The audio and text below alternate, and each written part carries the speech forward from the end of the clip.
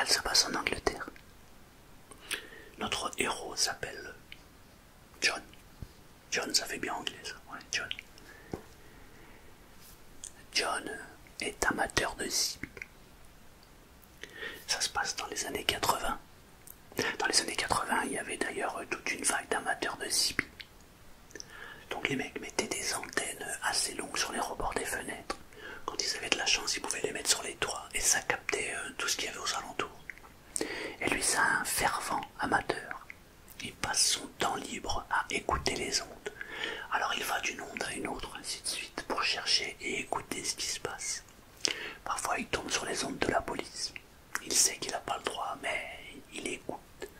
Parfois il tombe sur comme lui, des gens qui font de la CB en amateur. Et il parle avec eux. Mais ce jour-là, il lui arrive un truc incroyable. Il cherche sur une onde. Il n'a rien, il se passe rien. Et au bout d'un moment, il entend une voix. Mec, t'as intérêt de tenir à carreau. Tu restes sur le toit. Et je veux pas rigoler avec toi. Ouais, mais attends, il fait froid sur le toit là, tu me saoules. Hein. Vous en avez pour longtemps. Mais on te l'a dit, 48 heures.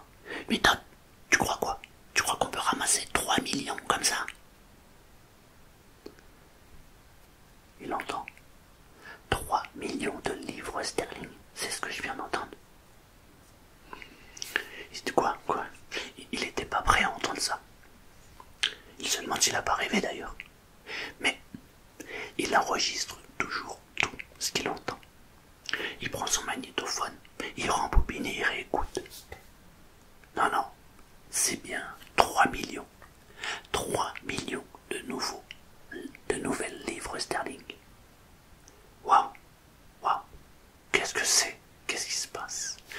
Et là, comme les choses sont bien faites, il se remémore ce qu'il a lu dans le journal il y a 2 jours de cela. En Angleterre, dans les années 80, il y a, on dirait, un concours de hold-up ou de braquage. Alors les assureurs en ont marre. Et il a lu un article, il y a 2 jours de cela, qui dit que si jamais vous êtes témoin d'un hold-up ou d'un braquage, où vous savez qu'il va se passer quelque chose, contactez la police. Et si on les attrape, et si vous avez stoppé le braquage en question, vous récupérerez 10% de cette somme. Waouh. Attends, 3 millions, 10%, 300 000 livres. Et là, il est en train de se faire un film. Qu'est-ce que je peux faire avec 300 000 livres? Ben déjà, j'arrête de travailler. Notre ami John travaille dans une usine. Et tous les matins, à 5 heures, il se lève. Et il va travailler. Et s'il pouvait ne plus travailler, profiter de la vie, aller au soleil. Oh, le rêve.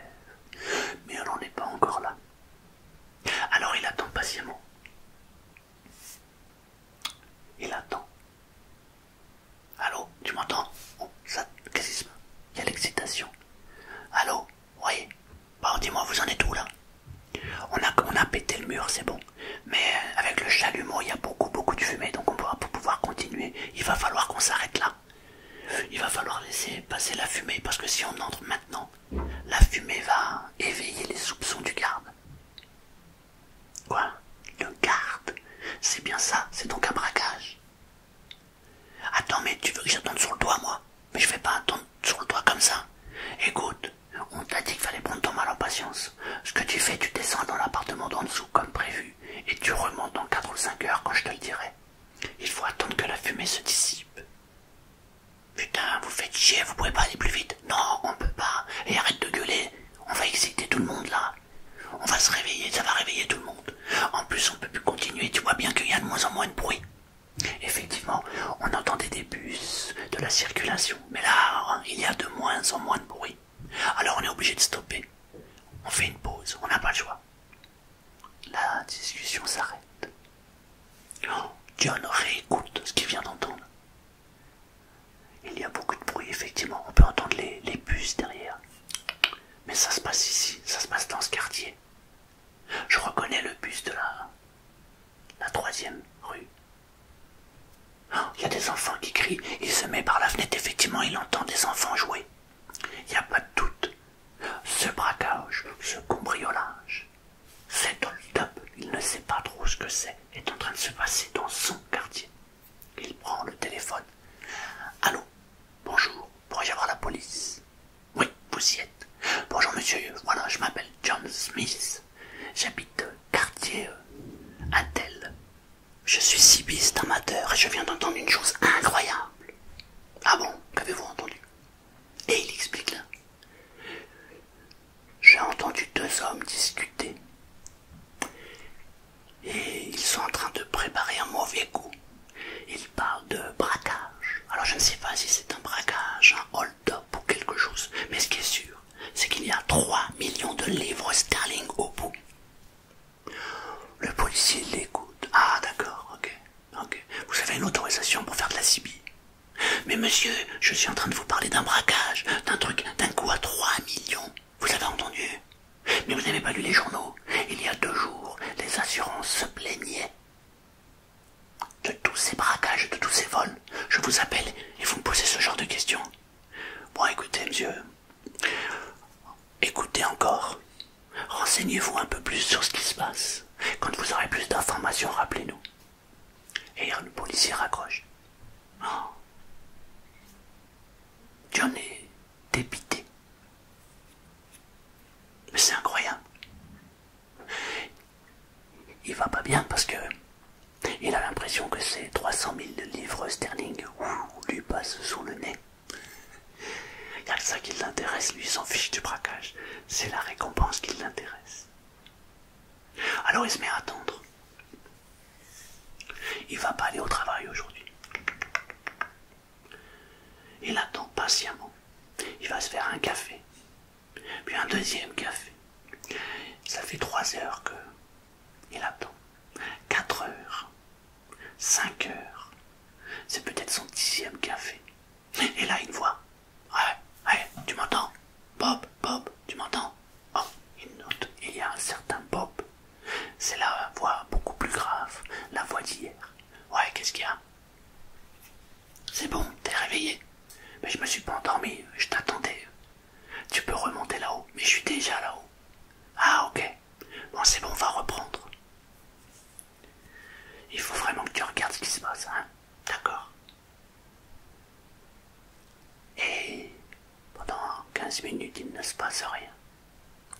Au bout de 15 minutes, il dit « Attention, alerte, alerte. Il y a quelqu'un qui passe devant la boutique. »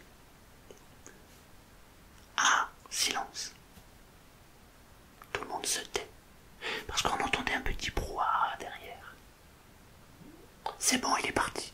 Et là, une voix de femme se fait entendre. C'était quoi? Ah, c'était le serveur du bar d'en face. Il est venu jeter un œil à la boutique. Waouh! Une autre voix se met à parler. Punaise, heureusement qu'on n'a pas dijonné la devanture. Et tout le monde se met à rire. Ouais, heureusement. Bon, restez concentrés. Il ne reste plus grand-chose à faire. Il faut qu'on ait fini avant midi. Et là, il y a un silence. John regarde sa montre. Il est 9 heures. Il est 9 heures, il faut que ça soit fini avant midi. Il rappelle la police. Alors bonjour, je vous ai appelé cette nuit. J'ai encore plus d'informations. Papa, qui êtes-vous, monsieur? Eh bien, j'ai expliqué, c'est pas vous que j'ai eu. Ah non, moi je viens de reprendre le service. Et il explique. Ah oui, effectivement, il m'avait parlé de vous. Alors qu'avez-vous comme nouvelle information? Et il explique. Ok, on vous envoie quelqu'un. Oh, enfin, un policier se pointe au bout d'une demi-heure chez notre ami John. Il lui fait écouter les bandes. Le policier est impassible, il prend 2-3 notes. D'accord. Et d'après vous, ça se passerait où? Bah, d'après les bruits des bus, des enfants qui couraient, ça doit être dans le quartier. Oui, mais le quartier est grand, monsieur. Bah oui, mais il suffit de recenser toutes les banques. Vous savez combien il y a de banques dans notre quartier? Il y en a 27 des banques. Je sais, mais il est en train de se passer un braquage à 3 millions de livres sterling, monsieur le policier. Alors si vous faites pas votre travail, qui va le faire? Et surtout, comment je vais toucher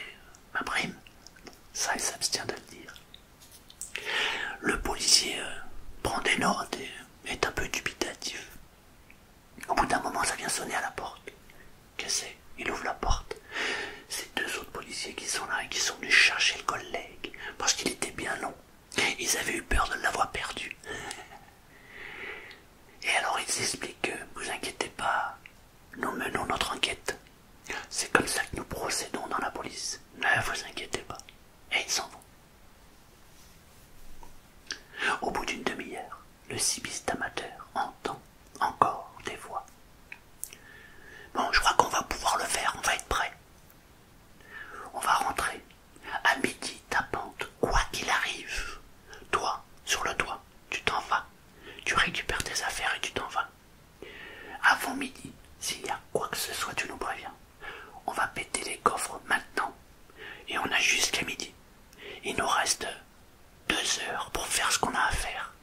Mais d'après nos calculs, en 2 heures, on aura les 3 millions. Ok, tout le monde est d'accord? Oui, tout le monde est d'accord. Non, John est dans tous ses états.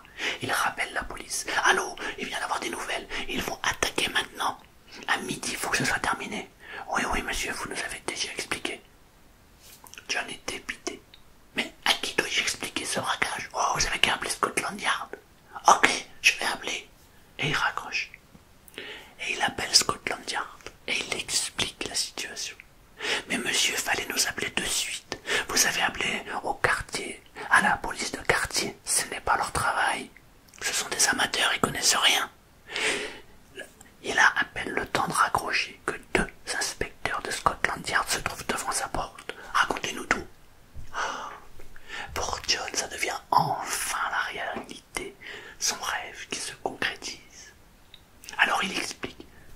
Depuis hier soir, cette nuit, j'entends. Et il met les bandes. Les policiers prennent des notes.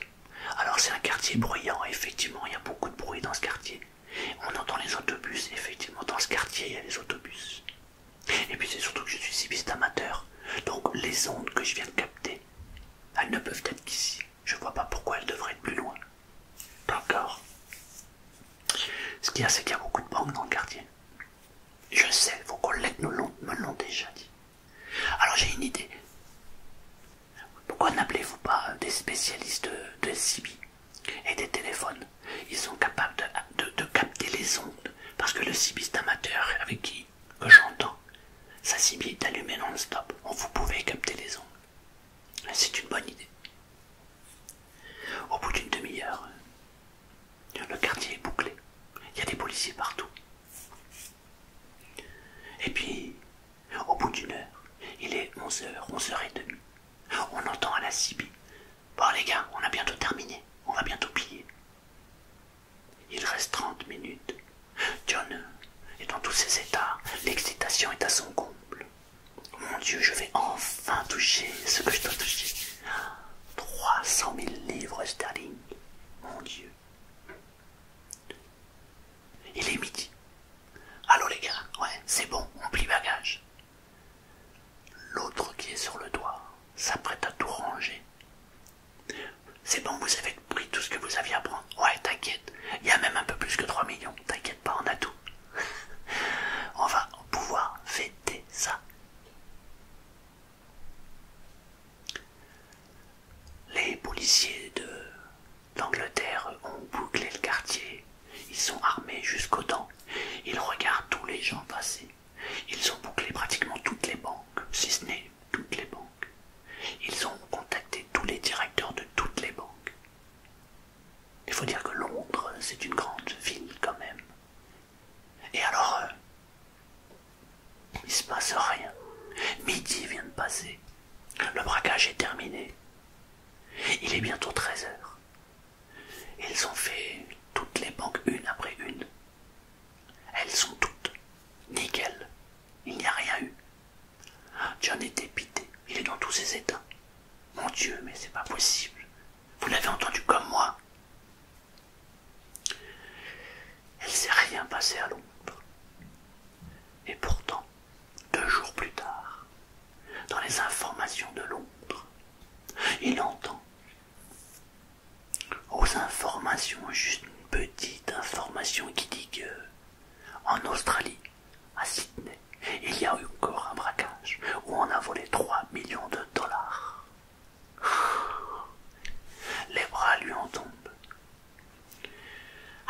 aller chercher l'information.